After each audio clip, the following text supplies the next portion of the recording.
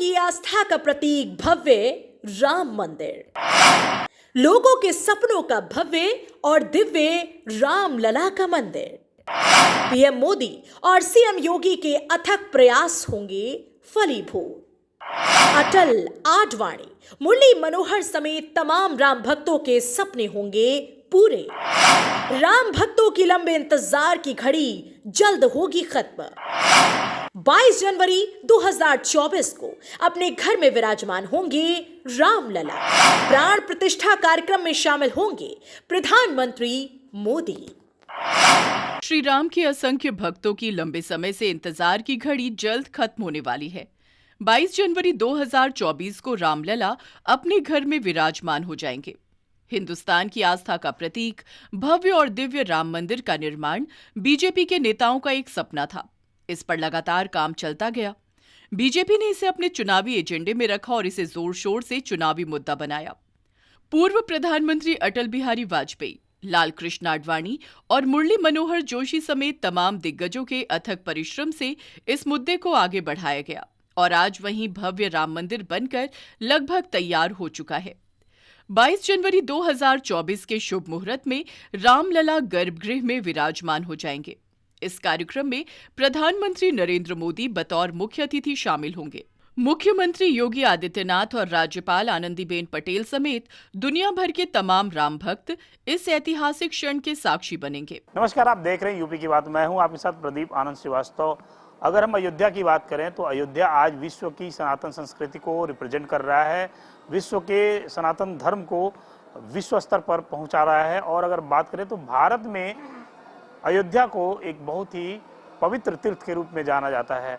मार्ग प्रशस्त हो चुका है, मंदिर बन के तैयार होने वाला है और अब जनवरी में प्राण प्रतिष्ठा भी होगी। लेकिन जो मंदिर में राम जी की अनुभूतियां हैं, राम जी के बाल्यकाल से लेके और राम जी के तारकावध तक की जो स्मृतियां हैं, उनको किस तरह से संयोग के और उस मंदिर में स्थापित करना, मैं उस जगह पे हूँ कथा रामकुंज में। और आप देख सकते हैं तस्वीरों के माध्यम से ये किस तरह से मूर्तियों को बनाया गया है। ये सारी मूर्तियां यहाँ से प्रतिष्ठापित होकर सीधे रामलला के भवन में पहुँचेंगी। आप देखिए यहाँ पर ये दर्शाया गया है कि दशरथ जी ने यज्ञ किया और यज्ञ के माध्यम से उनको पुत्र रत्न की प्राप्ति होती है। फिर उसके बाद अगली जो तस्वीर है, उस तस्वीर में आप समझिए कि भगवान श्री रामचंद्र और उनके 3 भाइयों का जन्म हो चुका होता है और ये चारों भाई अपनी 3 माता और भगवान दशरथ के साथ खेलते हुए, क्रीड़ा करते हुए दिखाई दे रहे हैं। इसके अलावा आप देख सकते हैं किस तरह से यहाँ पर भगवान पालने में पड़े हुए हैं और यहाँ पर उनकी देखरेख जो है वो दासियां कर रही हैं। भगवान श्री रामचंद्र के बाल्यकाल की स्थिति को यहाँ पर दर्शाया गया है और ये सारी कलाकृतियां जो है, जो जनवरी का महीना है जब प्राण प्रतिष्ठा होगी, उस समय उस मंदिर में विराजमान हो जाएंगी। एक्सक्लूसिव तस्वीरें आप देख सकते हैं, ये वो मूर्तियां हैं। आप देख सकते हैं कि यहाँ पर भगवान श्री रामचंद्र और उनके भाई बाकायदे विश्वामित्र से शिक्षा दीक्षा ग्रहण कर रहे हैं। अभी इन पे काम चल रहा है, ये एक्सक्लूसिव तस्वीरें हैं। आप देख सकते हैं किस तरह से यहाँ पर भगवान श्री रामचंद्र और उनके जो भाई हैं वो किस तरह से धनुर्विद्या की शिक्षा ले रहे हैं। फिर यहाँ पर आप देख सकते हैं किस तरह से ताड़कावध राम और लक्ष्मण के द्वारा किया जा रहा है और इन पे अभी काम चल रहा है। आपको मैं बता दूं कि अभी जनवरी में प्राण प्रतिष्ठा होना है और इस प्राण प्रतिष्ठा के बाद ये जितनी मूर्तियां हैं यहाँ से वहाँ पर प्रतिस्थापित कर दी जाएंगी। और ये एक्सक्लूसिव आप तस्वीरें देख रहे हैं क्योंकि ये बहुत ही अपने आप में दिव्य और भव्य माना जा रहा है। आपको हम बता दें कि आप यहाँ देख सकते हैं किस तरह से राजा जनक जो है वो हल चला रहे हैं और हल चलाने के बाद माता सीता यहाँ पर जो है उत्पन्न होती हैं और फिर उसके बाद तो अपने आप में पूरी राम कथा का वर्णन जो है इस पूरे चित्र के प्रतिमाओं के माध्यम से कराने की कोशिश की गई है ताकि जो सत्य सनातन धर्म के लोग हैं वो इस चीज़ को समझ सकें। और एक सबसे महत्वपूर्ण चीज़ है कि यहाँ पर रावण की भी जो दशानन है, दशानन की भी मूर्ति जो है यहाँ बनाई गई है। दशानन के ये 10 सिर हैं, आप देख सकते हैं। अभी इस पे काम चल रहा है, अभी इनमें कलर कोटिंग होना बाकी है। और उनके साथ विभीषण और उनके जो अपने जो दशानन के जो लड़के हैं, उन सभी की तस्वीर यहाँ पर दिखाई जा रही है। तो कहीं ना कहीं से भगवान रामचंद्र के जीवन से जुड़ी हुई जितनी भी जानकारियाँ हैं, राम कथा कुंज के माध्यम से उस विशाल मंदिर में जब प्राण प्रतिष्ठा होगा, मोदी जब देश के यशस्वी प्रधानमंत्री नरेंद्र मोदी जब प्राण प्रतिष्ठा करेंगे तो इन सभी मूर्तियों को वहाँ पर स्थापित कर दिया जाएगा। और जो आने वाले लोग होंगे, जो श्रद्धालु होंगे, वो एक चित्र के माध्यम से, यानी कि इस क्रम के माध्यम से देख सकेंगे कि किस तरह से राम जी का जन्म हुआ और किस तरह से वो वन तक पहुंचे। अयोध्या में जगत गुरु परमहंस आचार्य ने यूपी की बात से बात करते हुए बताया कि योगी आदित्यनाथ ने सनातन धर्म और हिंदुत्व के लिए जो किया है वो अब तक किसी भी व्यक्ति ने नहीं किया। इसके साथ ही उन्होंने सनातन धर्म पर प्रहार करने वालों के खिलाफ कड़ी चेतावनी दी है। भारत की सनातन संस्कृति की अगर बात करें तो पूरे विश्व में विख्यात है। और अब अगर हम बात करें तो अयोध्या, जो कि भारतीय संस्कृति का एक द्योतक है, उसकी महिमा पूरे विश्व में बिखरती हुई नजर आ रही है। और भारत देश के साथ साथ विश्व भर में जितने भी सनातनी हैं, सबका एक जो सपना था वो पूरा हो रहा है। जनवरी में रामलला अपने निज आवास में विराजमान होंगे। हम लोग बहुत ही परम सौभाग्यशाली हैं, हमारी ये जो पीढ़ी है बहुत परम सौभाग्यशाली है कि हम इसके साक्षी बनेंगे। राम लला जन्मभूमि के आंदोलन से जुड़े हुए प्रमुख संत और जगत गुरु परमहंस आचार्य जी के साथ मैं बैठा हुआ हूँ। समझने की कोशिश करते हैं कि अयोध्या का कितना विकास हुआ, मंदिर में जो कार्यक्रम है उस कार्यक्रम को लेकर कितना उत्साह अयोध्या में है, और जो भारतीय संस्कृति है, भारतीय संस्कृति में आमूलचूल परिवर्तन क्या होगा, मायने क्या होंगे। स्वागत है। देखिए, मर्यादा पुरुषोत्तम भगवान श्री राम लला का जो दिव्य भव्य राम मंदिर का निर्माण कार्य लगभग संपन्न हो गया है। 22 जनवरी 2024 को मध्याह्न 12:30 बजे उद्घाटन का भी सुनिश्चित कर दिया गया है। देश के माननीय प्रधानमंत्री नरेंद्र मोदी जी के कर कमलों से यह उद्घाटन कार्यक्रम संपन्न होगा। और संघ प्रमुख श्री मोहन भागवत जी, विश्व हिंदू परिषद के शीर्ष नेता, ट्रस्टियों के साथ साथ लगभग 4000 साधु संत धर्माचार्य और 2500 राम भक्तों की उपस्थिति में यह कार्यक्रम संपन्न होगा। मर्यादा पुरुषोत्तम भगवान श्री राम लला का मंदिर जो है ये राष्ट्र मंदिर है और ये मानवता का मंदिर है। और जब से राम मंदिर के पक्ष में फैसला आया है तब से ही अयोध्या का बदलाव शुरू हो गया। और आज अयोध्या ऐसा लग रहा है जैसे जैसे त्रेता युग की अयोध्या हो, माने बहुत अधिक परिवर्तन हुआ है। और उद्घाटन होते होते दुल्हन की तरह अयोध्या सज जाएगी। और तमाम जो लोग आने वाले हैं उनको लेकर के जो है एक तरफ ट्रस्ट तैयारी कर रहा है, दूसरे साधु संत धर्माचार्य अयोध्यावासी। अयोध्या वास्तव में अब जो अयोध्या का स्वरूप अतीत में रहा, जो वेदों पुराणों शास्त्रों में जो है तो वर्णित मिलता है, वो अब देखने में साकार हो रहा है। और यह श्रेय जाता है माननीय मोदी जी को और योगी जी को, जिनके अथक प्रयास से यह संभव हुआ है, और संघ का प्रयास।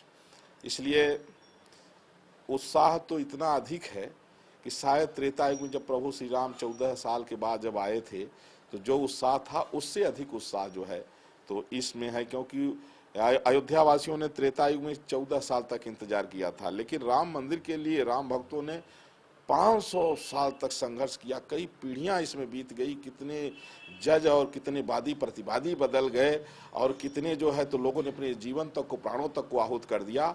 इतनी लंबी लड़ाई, कहते हैं ना कि सत्य परेशान होता है पराजित नहीं होता है। अंततोगत्वा सत्य की विजय हुई।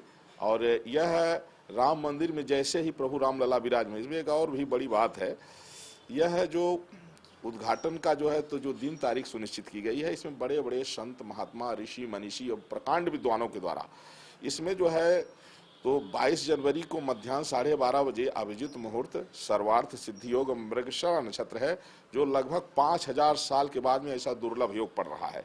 यह निश्चित रूप से देश के लिए बड़ी खुशखबरी है। महाराज जी, अगर हम बात करें तो अयोध्या का विकास आपको कैसा लगा? विकास योगी सरकार में कैसा लगा? नहीं, बहुत अच्छा हुआ। देखिए, जैसे अब दिसंबर से हवाई यात्रा भी शुरू हो जाएगी, बहुत तेजी से तैयारी चल रही है। सड़कों का देखिए बहुत तेजी से निर्माण शुरू हो गया है। तमाम चारों तरफ से जो है तो देखा जा रहा है बड़े बड़े होटल इत्यादि भी बन रहे हैं।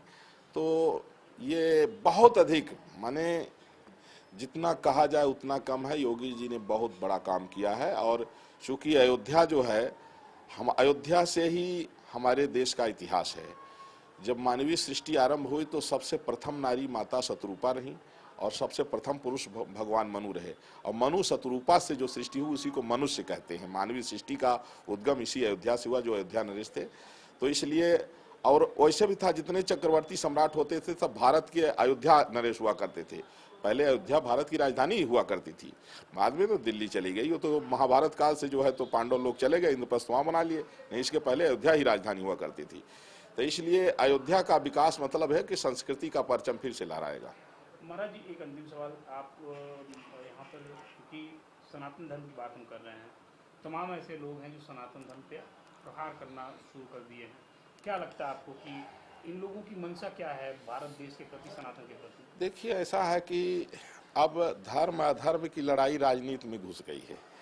और राजनीति का दो फाट हो गया है। एक तरफ से अधर्मी है, एक तरफ धर्मात्मा है। तो ये जो INDIA गठबंधन है, ये अधर्मियों का है।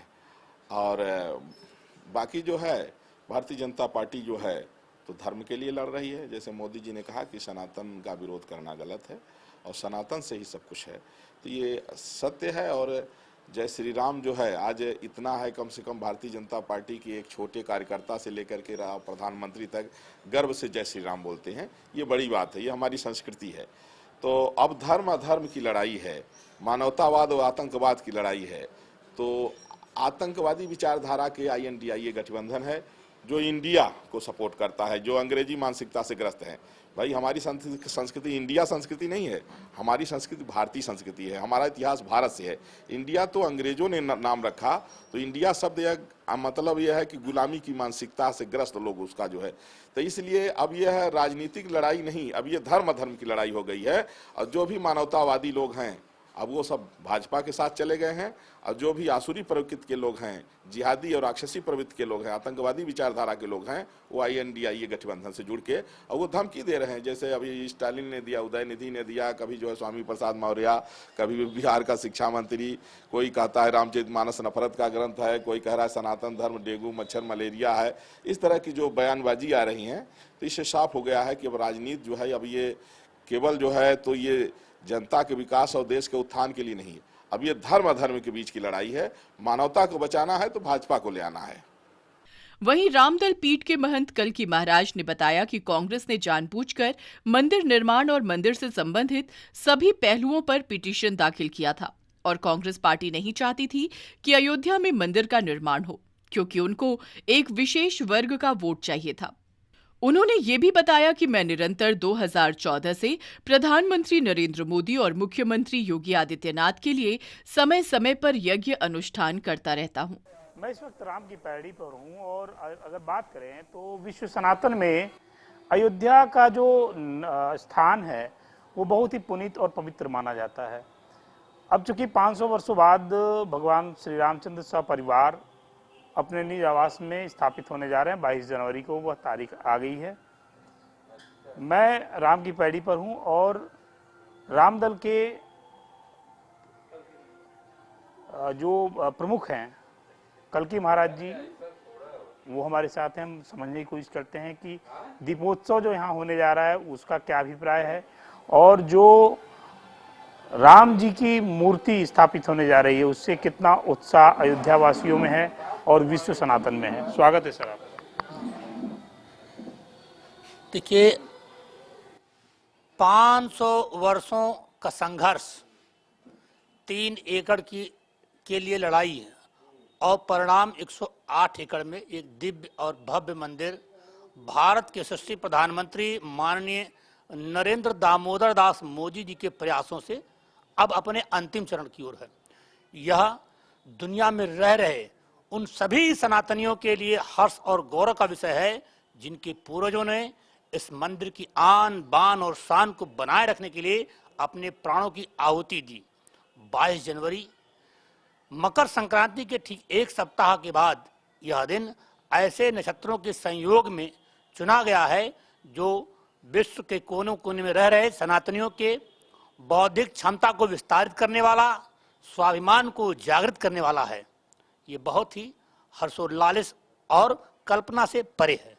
महाराज जी, यहाँ दीपोत्सव का कार्यक्रम होने जा रहा है इस बार, तो इस बार वो उसका जो रंग है वो कुछ ज्यादा रंगीन नजर आ रहा है इस सीजन में। देखिए, पहली बार जब जला था तो 1.25 लाख दीपक थे, फिर 2.5 लाख हुआ, फिर 3 लाख हुआ, फिर 5 लाख हुआ, फिर 7 लाख हुआ। अब की बार सीधे 3 गुना है, 21 लाख दीपक। तो जब एक नित्य हर साल एक नए कीर्तिमान स्थापित हो रहे हैं, वह भी दिन दूर नहीं है जब योगी जी इसी अयोध्या में 1.25 करोड़ दीपक जलाएंगे। तो जब हम एक नए कदम आगे बढ़ रहे हैं तो मानी सी बात है, सब कुछ नया होगा।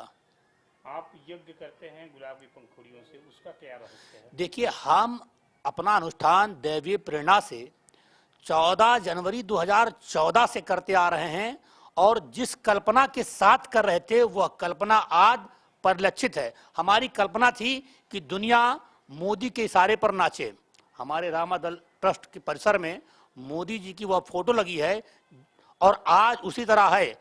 पूरी दुनिया, एक समय था जब हम दुनिया में मांगने जाते थे, आज वो समय कि हम दुनिया को दे रहे हैं। चाहे वो कोरोना काल रहा हो, चाहे कोई भी काल हो, आज हमारी ट्रेनें इंपोर्ट हो रही हैं, हम शस्त्र इंपोर्ट कर रहे हैं। क्या कल्पना कभी किसी ने की थी? दुनिया के बड़े से शक्तिशाली देश, अर्थव्यवस्था में पायदान उनका नीचे जा रहा है और हम आगे बढ़ रहे हैं। तमाम देश ऐसे हैं जो दिवालिया हो चुके हैं, खाने को तरस रहे हैं, हम लोगों को दे रहे हैं। तो यह और हमारा अनुष्ठान अपने प्रधानमंत्री जी के लिए जो था वो है और चल रहा है, लेकिन वर्तमान में इस अनुष्ठान को खंडित करने की साजिश, हमारी हत्या करने की साजिश अयोध्या में बीते 3 सालों से चल रही है। हालांकि इसलिए शिकायत हमने नहीं की कि प्रशासन बदनाम होगा, प्रदेश सरकार बदनाम होगी, लेकिन ये मन बना लिए हैं और आगामी 24 घंटे में इस संबंध में शिकायत की जाएगी। तो जो हत्या की साजिश करने वाले लोग हैं वो कौन लोग? कांग्रेस पार्टी के जो लोग हैं उनको आपत्ति है कि मोदी जी की जय जयकार हो चुकी। यहाँ के जो अयोध्या के शीर्ष संत हैं सत्येंद्र दास जी, उन्होंने खुले कंठ से स्वीकार किया है कि मोदी जी की उपलब्धता के पीछे अयोध्या में चल रहा है धार्मिक अनुष्ठान ही है। हो सकता है यही कारण हो। अब क्या कारण है क्या नहीं कारण है, लेकिन यह इस संबंध में हमने 1 साल पहले भी प्रदेश सरकार को पत्र लिखा था। अब पुलिस पूछती है कि आपकी किसी दुश्मनी हो तो बताइए। जब मेरी किसी दुश्मनी है नहीं तो मैं किसका नाम ले लूँ? लेकिन ये बहुत ही चिंता का विषय है कि लगातार अनुष्ठान को बाधित करने की साजिश हो रही। मुझे एक पत्र मिला हुआ है 1 सप्ताह पूर्व, जिसमें मुझे आगाह किया गया कि आप होशियार रहें। आज हम आईजी से मिलेंगे। तो अभी आप मुखातिब थे कल्की महाराज से, जिन्होंने निरंतर 2014 से प्रधानमंत्री नरेंद्र मोदी को प्रधानमंत्री बनाने के लिए अनुष्ठान शुरू किया और एक अनूठा अनुष्ठान है। राम की पैड़ी पे यह दरबार है और यहाँ पर वो अनुष्ठान अभी भी जारी है। निरंतर जो है राम नाम में डूबे रहते हैं कल्की महाराज। और इसके अलावा जो इनके अनुसार इनकी जान को खतरा भी है, तो ये आज जो है कानून व्यवस्था के जो यहाँ के आईजी हैं उनसे मुलाकात करेंगे। कहीं ना कहीं से अयोध्या अब पूरी तरह से संवर चुकी है और अब अयोध्या में जो उत्सव है, रामलला के आने का उत्सव जारी हो चुका है। उधर श्रीराम वल्लभा कुंज के उत्तराधिकारी और न्यायपीठ से जुड़े हुए विश्व प्रसिद्ध संत राजकुमार दास ने बताया कि मंदिर का निर्माण पूरे विश्व में सनातन की संस्कृति का एक बेहतर प्रचार प्रसार है। ये निश्चित रूप से बहुत ही शुभ संदेश है। उन्होंने बताया कि 5000 वर्ष में इस तरह के संयोग आते हैं जिसमें राम मंदिर की प्राण प्रतिष्ठा देश के प्रधानमंत्री नरेंद्र मोदी और उत्तर प्रदेश के मुख्यमंत्री योगी आदित्यनाथ के द्वारा होगी। सनातन की बात करें तो निश्चित रूप से हिंदू संस्कृति के साथ अयोध्या का नाम जुड़ता है, क्योंकि अयोध्या से ही मानव सभ्यता की शुरुआत मानी जाती है। और एक बहुत ही दुर्लभ संयोग इस वर्ष हो रहा है। हमारी जो पीढ़ी है वो बहुत ही पवित्र काम उसने किए होंगे कि इस वर्ष 500 वर्षों के बाद रामलला अपने निज आवास में स्थापित होंगे और देश के प्रधानमंत्री नरेंद्र मोदी के साथ उत्तर प्रदेश के मुख्यमंत्री और राज्यपाल और तमाम साधु संत इस बात के साक्षी होंगे। पूरा विश्व सनातन इस बात का साक्षी होगा। निश्चित रूप से पूरे अयोध्या में उत्सव का माहौल है। अगर हम बात करें तो विश्व सनातनी जो भी विश्व सनातन धर्म के लोग हैं उनमें उत्सव का माहौल है। हम आज अयोध्या में हैं और अयोध्या में आचार्य राजकुमार जी के वहाँ हैं, जो कि निश्चित रूप से एक अद्वितीय शक्ति हैं जिनके जो उनका वरदहस्त है, उनके जो शिष्यों पे या फिर जो उनका एक आभा मंडल है, ऑरा है, वो विख्यात है विश्व में एक राम भक्त के रूप में। हम सीधे उनसे जुड़ते हैं और ये समझने की कोशिश करते हैं कि ये जो अयोध्या में राम मंदिर का मार्ग प्रशस्त हुआ, जो दीपोत्सव इस बार होने जा रहा है, जो सनातन संस्कृति का प्रचार प्रसार हो रहा है, इन सब चीज़ों का एक जो दूरगामी परिणाम होगा वो भारत के लिए क्या होगा। महाराज जी स्वागत है। बहुत बहुत साधुवाद आपको। यह यूपी की बात की टीम से जुड़े हुए आप सभी लोग। महाराज जी, अब तो वो समय आ गया है कि राम अपने घर में आ जाएंगे, कैसा लग रहा है और क्या कुछ कहेंगे? अयोध्या ही नहीं, पूरे सनातन जगत में जो भी सनातन धर्मावलंबी हैं उनके मन में अपार उत्साह है। विगत 500 वर्षों का संघर्ष, लाखों लाख लोगों ने बलिदान दिया और वो सपना सजोए चले गए, अपने आंखों से नहीं देख पाए। भगवान रामलला दिव्य भव्य मंदिर में विराजमान होने वाले हैं, उस दृश्य को अवलोकन का उनका सपना अधूरा रहा। तो ये लगातार 500 वर्षों तक जो सनातन धर्म के लोगों ने, साधु संतों ने, भक्तों ने, हिंदुओं ने लड़ाई लड़ी, उसका परिणाम है। ये पीढ़ी भाग्यशाली है और ये भारत के लिए ही नहीं, पूरे विश्व के लिए एक गौरव का विषय है और सनातन जगत के लिए विशेष रूप से कि भगवान श्री रामलला अपनी पावन जन्मभूमि पर विराजमान होंगे आने वाले 22 जनवरी में। महाराज जी, इस बार का दीपोत्सव भी बहुत ही खास होने वाला है, क्या कुछ कहना चाहेंगे इससे? भगवान श्री रामलला वन यात्रा पूरी करके जब भगवान राम अयोध्या जी आए थे, उस समय दीपोत्सव मनाया गया था। तो दीपावली तो अयोध्या का ही पर्व है और हमारे प्रदेश के मुख्यमंत्री और देश के आदरणीय प्रधानमंत्री श्रीमान नरेंद्र भाई मोदी जी को और आदरणीय योगी जी को मैं बधाई देता हूं कि एक अलग से एक पर्व और दीपोत्सव। दीपावली तो पूरे दुनिया में मनाई ही जाती है, लेकिन अयोध्या की दीपावली एक दिन पूर्व मना करके एक संदेश दिए हैं सनातन जगत के लोगों को, आने वाली पीढ़ियों को। और इस बार की तो और भव्य दिव्य होगी क्योंकि भगवान श्री रामलला अपनी पावन जन्मस्थली पर विराजमान होने वाले हैं, तो वो नयनाभिराम दृश्य होगा उस समय का। महाराज जी, कुछ ऐसे लोग हैं जो सनातन पे निरंतर प्रहार कर रहे हैं, ऐसे लोगों से कैसे बचेंगे? क्या कुछ संदेश आपका होगा सनातन धर्म के लिए? देखिए, विशेषकर हम युवाओं को कि जो ऐसे लोग हैं उनसे दूरी बनाए रखें और जो हमारी मूल परंपरा है सनातन की उससे जुड़े रहें।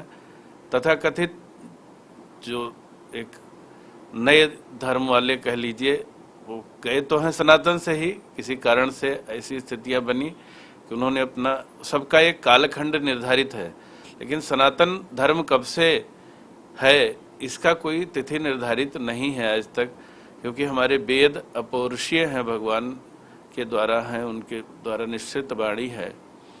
तो ऐसे लोगों से बचे रहें, अपनी निष्ठा को बनाए रखें। एक बोध कथा महापुरुषों के द्वारा सुनी गई है। किसान था, अनपढ़ था, वो श्रीमद् भगवत गीता ले करके उसके पन्ने पलट रहा था।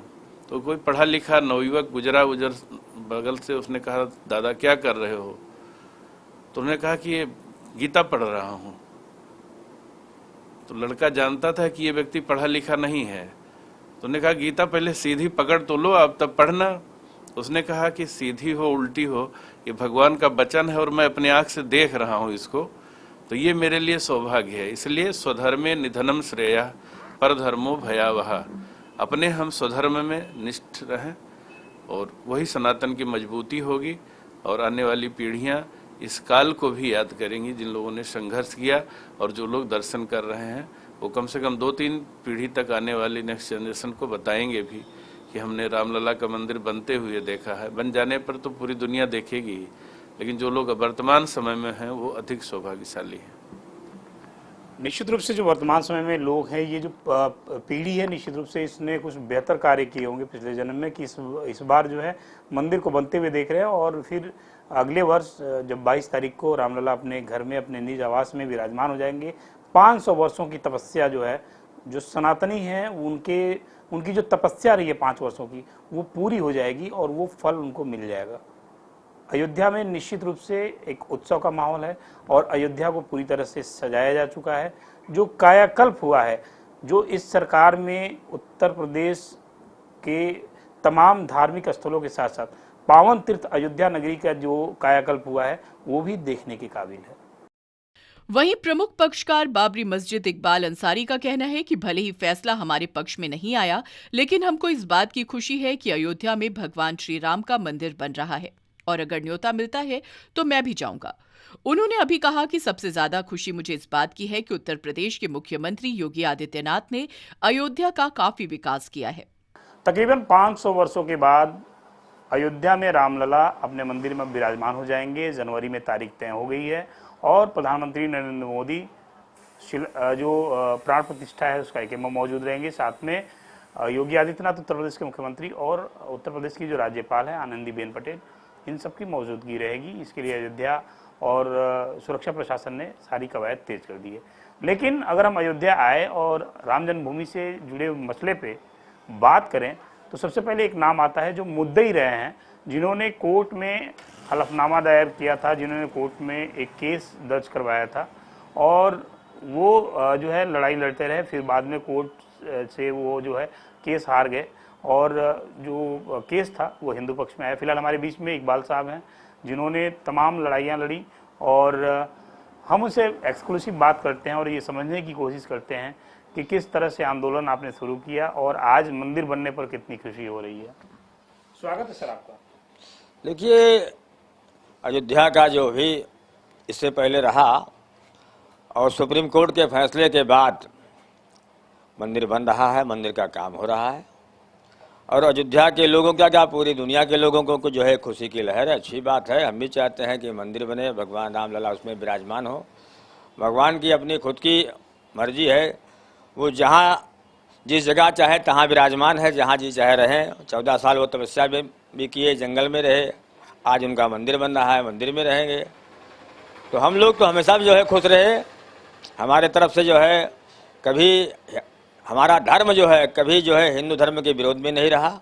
अपने जो है तरफ से लोग अपना अपना काम करते रहे, पूजा पाठ करते रहे, लोग एक दूसरे का सम्मान करते रहे। हम लोग भी सम्मान करते हैं, आज भी करते हैं।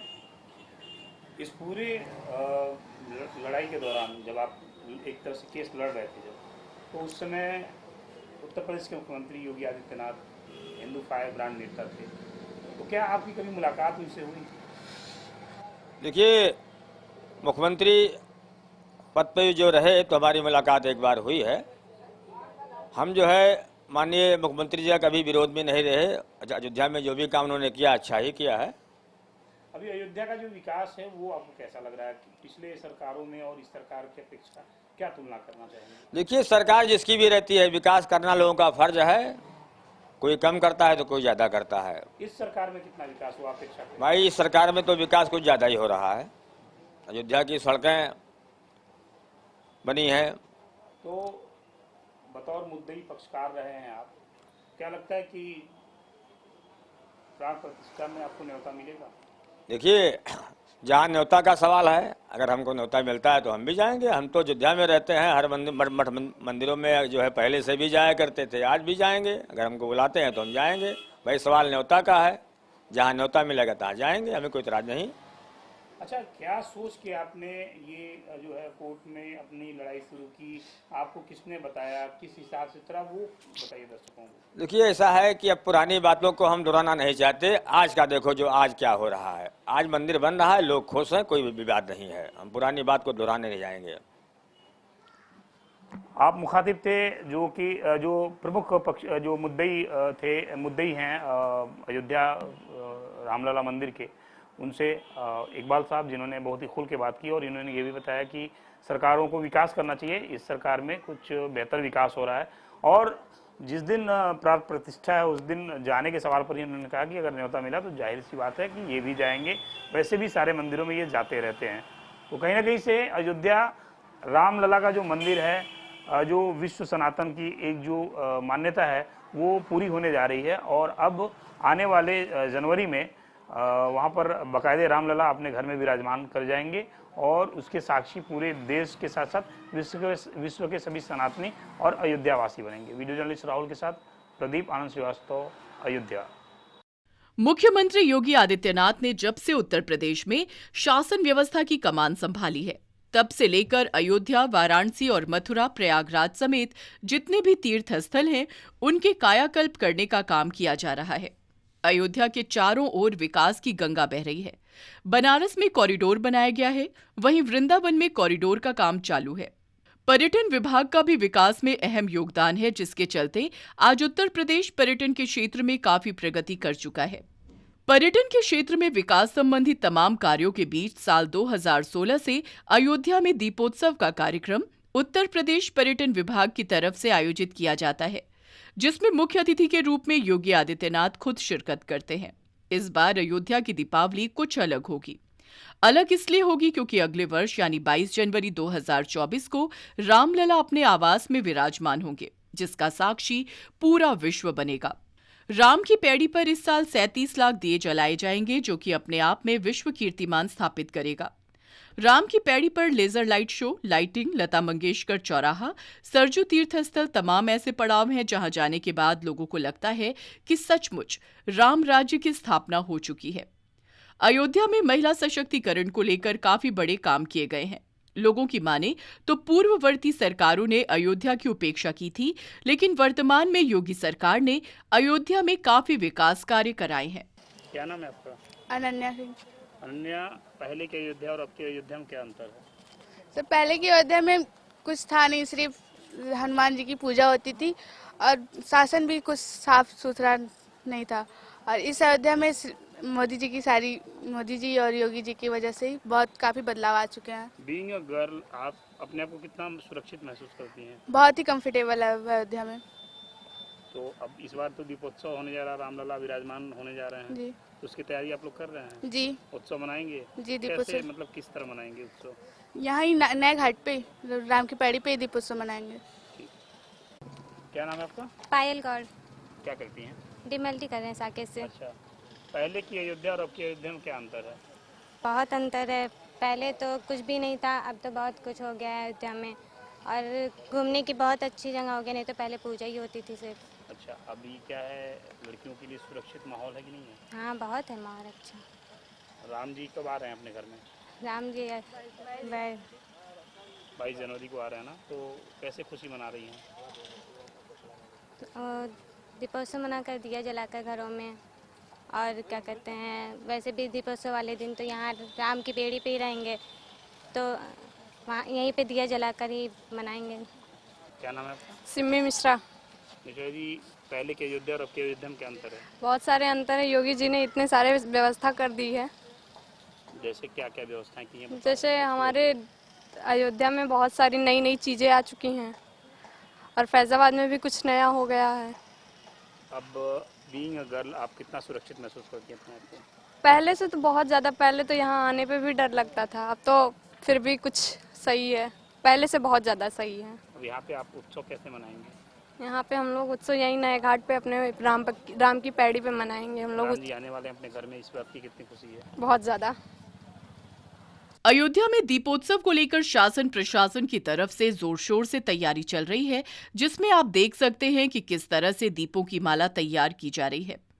ऐतिहासिक दीपोत्सव का ये खास कार्यक्रम आने वाले 8 नवंबर से अयोध्या में शुरू होगा। किसी तीर्थयात्री या किसी श्रद्धालु को कोई परेशानी न हो, इसके लिए सुरक्षा के भी तमाम कड़े प्रबंध किए गए हैं। विद्यालय का क्या योगदान है उसके बारे में? देखिए, इस बार जो 7वां दिव्य दीपोत्सव है काफ़ी भव्य होने जा रहा है, क्योंकि प्रभु श्री राम का मंदिर निर्मित होकर तैयार हो रहा है और हम सब लोग उसको लेके आह्लादित हैं। और माननीय प्रधानमंत्री श्री नरेंद्र मोदी जी और माननीय मुख्यमंत्री श्री योगी आदित्यनाथ जी की प्रेरणा से इस बार का दीपोत्सव काफ़ी भव्य होने जा रहा है, जिसमें लगभग विश्वविद्यालय परिवार के 25,000 वॉलंटियर्स मिलकर हम लोग 24 लाख दिए लगाएंगे और 21 लाख का हमारा टारगेट है कि हम दीप को प्रज्वलित करने में सफल हों। और हर बार हम सफल होते रहें, तो इस बार भी हम सफल होंगे।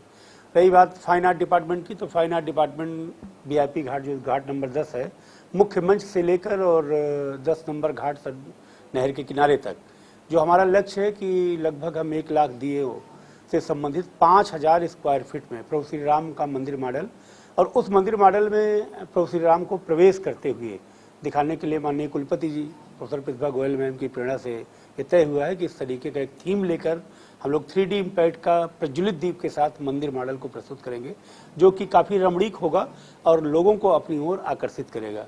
इस मॉडल को बनाने में, इस पूरे जलते हुए दियों से मॉडल को बनाने में हमारे विभाग की फाइन आर्ट की प्रभारी विभागाध्यक्ष डॉक्टर सरिता द्विवेदी मैम, रीमा सिंह मैम और सरिता सिंह मैम, श्री आशीष प्रजापति जी, ये 4 फाइन आर्ट के शिक्षक हैं। ये लोग काफ़ी जी तोड़ मेहनत कर रहे हैं और जिसमें 150 फाइन आर्ट के स्पेशलिस्ट बच्चे, क्योंकि विशेषज्ञ होते हैं, आउटलाइन करना है, उसकी ड्राइंग करनी है और उस ड्राइंग के आधार पर उसकी जो कंपोजिंग होगा, उसका पूरा जो डेकोरेशन होगा, इसको सामान्य बच्चा हमारा नहीं जला सकता। तो फाइन आर्ट के बच्चे होंगे जो 5000 स्क्वायर फीट में, हमारा जो एक ब्लॉक होगा 10 × 50 का होगा तो 500 का होगा, उसका 100 से मल्टीप्लाई करेंगे तो हमारा 5000 स्क्वायर फीट के आसपास पूरा एरिया होगा, जो कि काफ़ी रमणीक होगा। और जब ये प्रज्वलित होगा और ड्रोन के द्वारा इसकी पिक्चराइजेशन किया जाएगा तो पीछे का भी पिक्चराइजेशन काफ़ी अच्छा आया है, जो कि पर्यटन विभाग की साइट पे पड़ा रहता है, तो वहाँ से अवलोकन कर सकते हैं। तो बच्चों को प्रेरणा भी है, बच्चे प्रोफेशनल हैं, बच्चे अच्छा कार्य करते हैं, तो निश्चित रूप से अच्छा करेंगे, जो कि सामान्य जनमानस के लिए, जो हमारे अतिथि आएंगे, जो भी हायर अथॉरिटीज आएंगे, उनको निश्चित रूप से अपनी ओर आकर्षित करेंगे। और इसी के साथ फाइन आर्ट डिपार्टमेंट ने मुख्य मंच के सामने 1485 स्क्वायर फीट का एरिया है, मीन्स 1500 फीट के आसपास, स्क्वायर फीट के आसपास एक 3D इम्पैक्ट की रामाभिनंदन शीर्षक हम लोगों ने दिया है कि प्रभु श्री राम का अभिनंदन करते हुए रंगोली, बहुत ही रमणीक रंगोली बनाई जाएगी, जो कि इस अवध की संस्कृति, इसकी कल्चर, इसकी धरोहर, इसकी पौराणिकता, इसकी धार्मिक सांस्कृतिक उन्नयन को प्रदर्शित करेगी। तो निश्चित रूप से ये मुख्य मंच के सामने होगा और मुख्य मंच पे जो घाट होता है, घाट नंबर 10 होता है, तो आने वाले समय में ये कौतूहल का विषय होगा। और प्रभु श्री राम, जैसा कि माननीय प्रधानमंत्री जी की इच्छा भी है, उनका आदेश भी हो गया है और पूरी व्यवस्था इसमें लगी हुई है कि 22 जनवरी को प्राण प्रतिष्ठा की बात है, तो जनवरी में प्रभु श्री राम अपने मंदिर में जा रहे हैं, तो उस मंदिर मॉडल को जाते हुए अभी से हम लोग उसको थीम बेस्ड शीर्षक के आधार पर इस दीपोत्सव के अवसर पर उसको दर्शाना चाहते हैं। और कलाकृतियाँ अपने आप में एक बहुत बड़ा संदेश देती हैं, जिसको निश्चित रूप से मूर्त रूप देने में फाइन आर्ट विभाग की शिक्षिकाएं, शिक्षक और विद्यार्थी अपना अमूल्य योगदान दे रहे हैं। अगर हम बात करें तो उत्तर प्रदेश में पर्यटन की संभावनाएं योगी सरकार में काफ़ी बढ़ी हुई नज़र आ रही हैं और पर्यटन के क्षेत्र में बहुत बड़े और बहुत ही व्यापक स्तर पे काम भी हुआ है। अगर हम बात करें तो पर्यटन मंत्री की बात करें या फिर सचिव की बात करें या फिर निदेशक की बात करें, तो इन लोगों ने कोई कसर नहीं छोड़ा है। जो भी धार्मिक पर्यटन स्थल हैं उन पर इनका ज़्यादा फोकस है और उत्तर प्रदेश के जो मुख्यमंत्री हैं वो भी यही चाहते हैं कि वो जो हमारी संस्कृति, जो विरासत जो छीड़ हो चुकी है, उसको फिर से जीवंत किया जाए।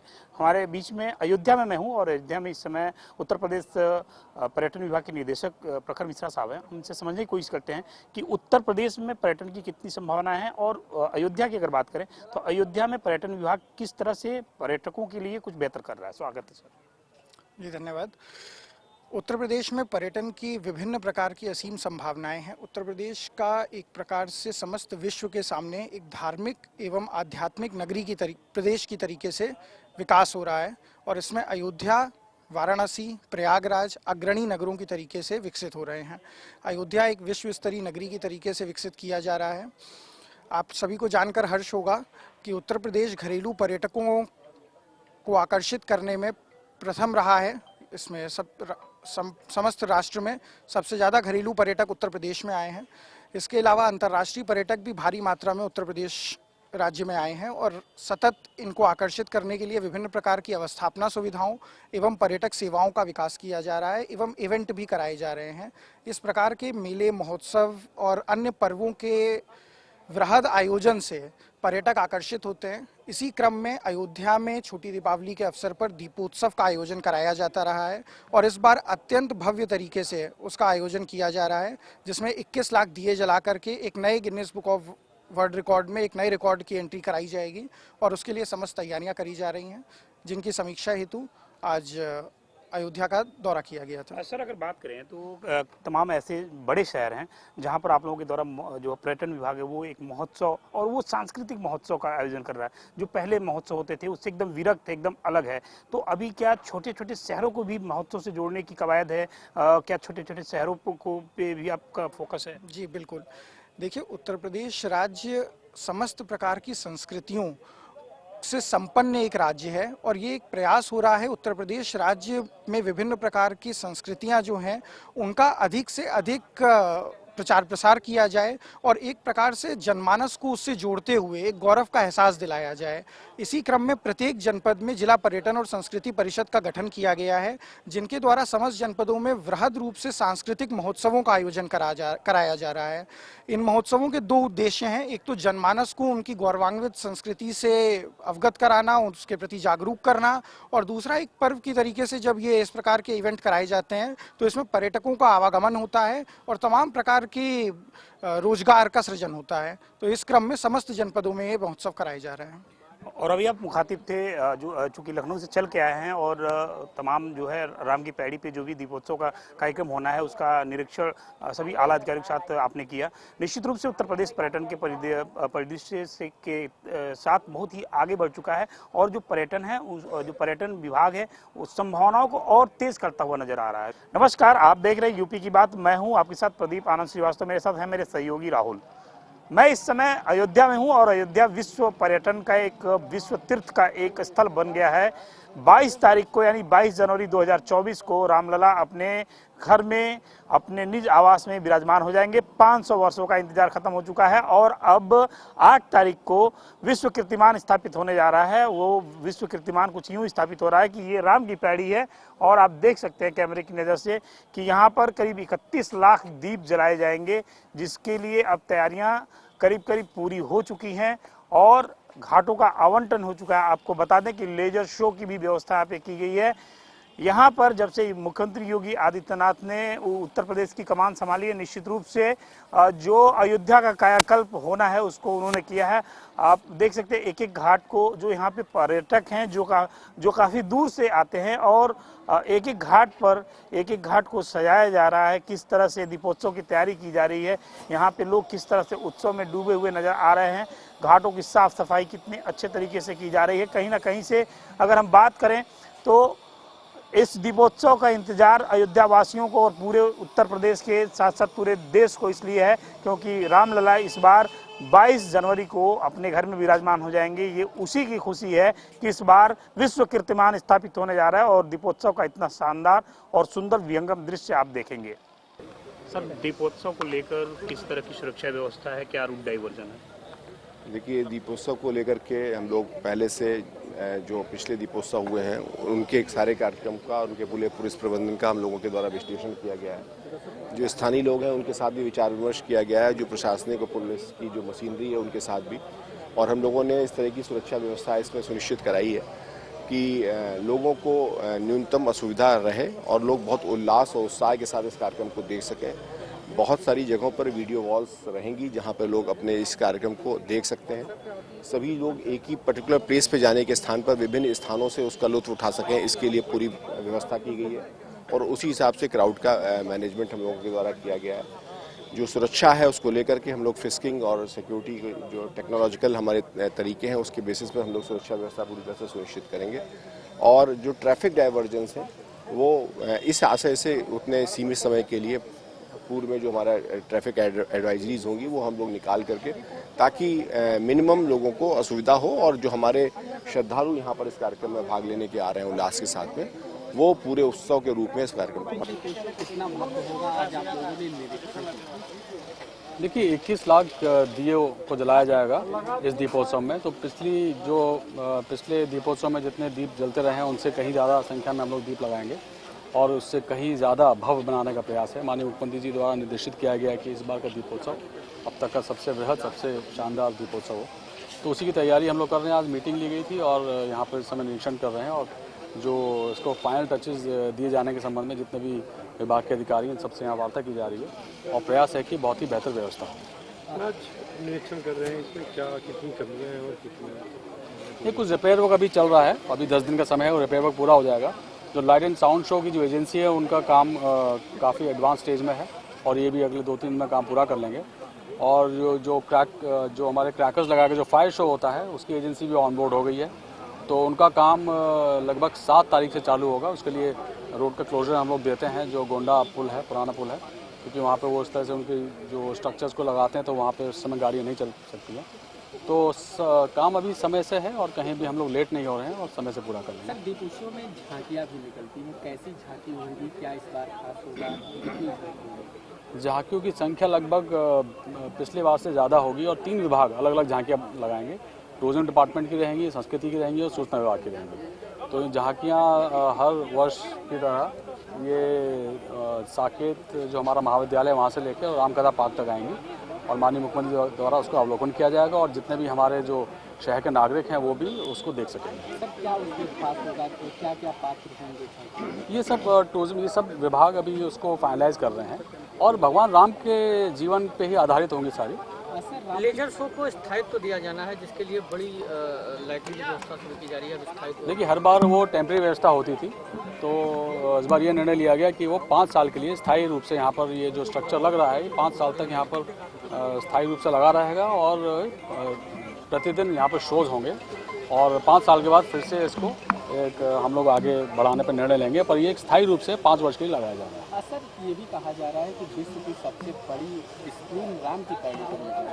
अब ये जो एजेंसी इनका कहना है ये भी पता लगाना पड़ेगा कि सबसे बड़ी है कि नहीं, पर इतनी बड़ी स्क्रीन मैंने देखी नहीं जो यहाँ पर लगेगी, जिस पर हमारा लाइन साउंड शो होगा। बहुत बड़ी स्क्रीन होगी।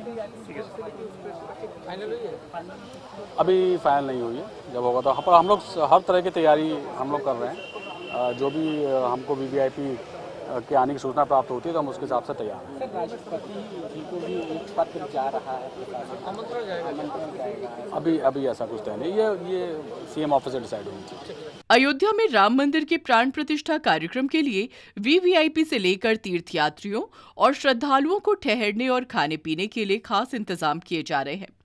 अयोध्या विकास प्राधिकरण की तरफ से ब्रह्मकुंड में 40 टेंट वाली टेंट सिटी बनाई जा रही है। वहीं सरयू तट पर वर्ल्ड क्लास की टेंट सिटी विकसित की जा रही है, जिसमें 200 टेंट लगाए जाएंगे।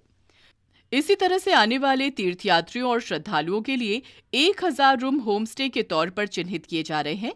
वहीं वाहनों की पार्किंग के लिए 4 मल्टी लेवल पार्किंग बनाई जा रही है, जिनमें सभी सुविधाओं के लिए इंफ्रास्ट्रक्चर विकसित किया जा रहा है। पूरे देश में अगर विश्व सनातन संस्कृति की बात करें तो वो अयोध्या से निकलकर पूरे विश्व में प्रसारित हो रही है और 22 जनवरी 2024 का वह समय आ गया है कि जब प्रधानमंत्री नरेंद्र मोदी खुद रामलला को उनके घर में विराजमान कराएंगे। उनके साथ जो उत्तर प्रदेश के मुख्यमंत्री योगी आदित्यनाथ और राज्यपाल, इन सब की गरिमामय उपस्थिति रहेगी। हमारे साथ टेंट सिटी जो कि प्रमुख व्यवस्था है, जहां पर प्रधानमंत्री नरेंद्र मोदी रुकेंगे और भी तमाम जो गणमान्य आएंगे, उसके जो सचिव हैं वो हैं। हम उनसे समझने की कोशिश करते हैं किस तरह की तैयारियां हैं और किस तरह के इंतजाम हैं। सर, स्वागत है। नमस्कार। हम जो अयोध्या विकास प्राधिकरण की तरफ से हम एक ब्रह्मकुंड में करीब 40 टेंट का टेंट सिटी बना रहे हैं। इसके अलावा 200 टेंट का जो महाराज अमथरा है सरयू तट पे, गुप्तार घाट पे, वहाँ पे बना रहे हैं।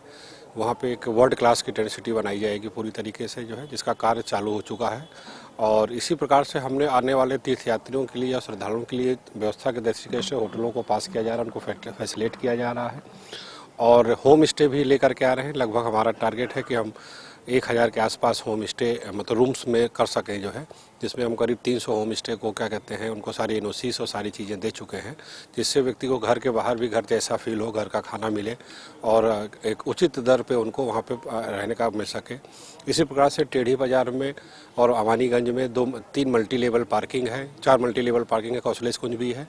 उसमें हम डॉर्मेट्री, फूड कोर्ट, ये सारी चीज़ें जनवरी तक शुरू करने का प्रयास कर रहे हैं और ये शुरू हो जाएंगे बिल्कुल, जो है जिसमें जैसे टेढ़ी बाज़ार में करीब 350 लोगों के रुकने के लिए बेड की व्यवस्था है, जिसमें श्रद्धालु 300-400 रुपये में रुक करके अपना वहाँ पे लॉकर सुविधा है और साथ ही साथ नाइट स्टे है और खाना खा सकेंगे आराम से। और बिल्कुल श्री राम मंदिर के पास में है तो उनको दूर से जाने की ज़रूरत नहीं है। उसमें पार्किंग भी है, तो सारी सुविधाओं का इंफ्रास्ट्रक्चर का प्रयास किया जा रहा है जिससे किसी भी प्रकार से कोई असुविधा न हो श्रद्धालुओं को। कहीं ना कहीं से अगर हम बात करें तो अयोध्या विकास प्राधिकरण उत्तर प्रदेश की सरकार के मंशा के अनुरूप कार्य करता हुआ नजर आ रहा है। वीडियो जर्नलिस्ट राहुल के साथ प्रदीप आनंद श्रीवास्तव, अयोध्या। अयोध्या को विश्व पटल पर पहचान दिलाने के लिए विराट भव्य स्वरूप दिया जा रहा है। यानी उत्तर प्रदेश के मुख्यमंत्री योगी आदित्यनाथ अयोध्या को पृथ्वी का स्वर्ग बनाने के लिए अथक प्रयास कर रहे हैं। दिन रात अयोध्या में बन रहे भव्य राम मंदिर का निरीक्षण कर रहे हैं। मंदिर को दिव्य और भव्य स्वरूप देने के लिए अधिकारियों को समय समय पर तमाम निर्देश देते रहते हैं। मुख्यमंत्री योगी आदित्यनाथ के निर्देशन में भव्य मंदिर लगभग तैयार हो चुका है। 22 जनवरी 2024 को गर्भगृह में जब रामलला विराजमान हो जाएंगे, इसके बाद दुनिया भर के राम भक्तों की लंबे समय से मांगी गई मुराद पूरी हो जाएगी। बहरहाल मुख्यमंत्री योगी आदित्यनाथ ने अयोध्या को विकास के पंख दिए। आज अयोध्या में युवाओं को रोजगार मिला है। अयोध्या रेलवे स्टेशन का नाम बदल गया। अयोध्या में एयरपोर्ट बन रहा है। आने वाले दिनों में निश्चित रूप से अयोध्या विश्व में एक बड़ा कीर्तिमान स्थापित करने जा रहा है और इस कीर्तिमान को स्थापित करवाने में उत्तर प्रदेश के मुख्यमंत्री योगी आदित्यनाथ का सबसे बड़ा योगदान है। गोरखपीठ का राम जन्मभूमि आंदोलन का बड़ा नाता है। महंत दिग्विजयनाथ, महंत अवेदनाथ और अब महंत और उत्तर प्रदेश के मुख्यमंत्री योगी आदित्यनाथ ने इस परंपरा को आगे बढ़ाया है। अयोध्या से प्रदीपानंद श्रीवास्तव की रिपोर्ट।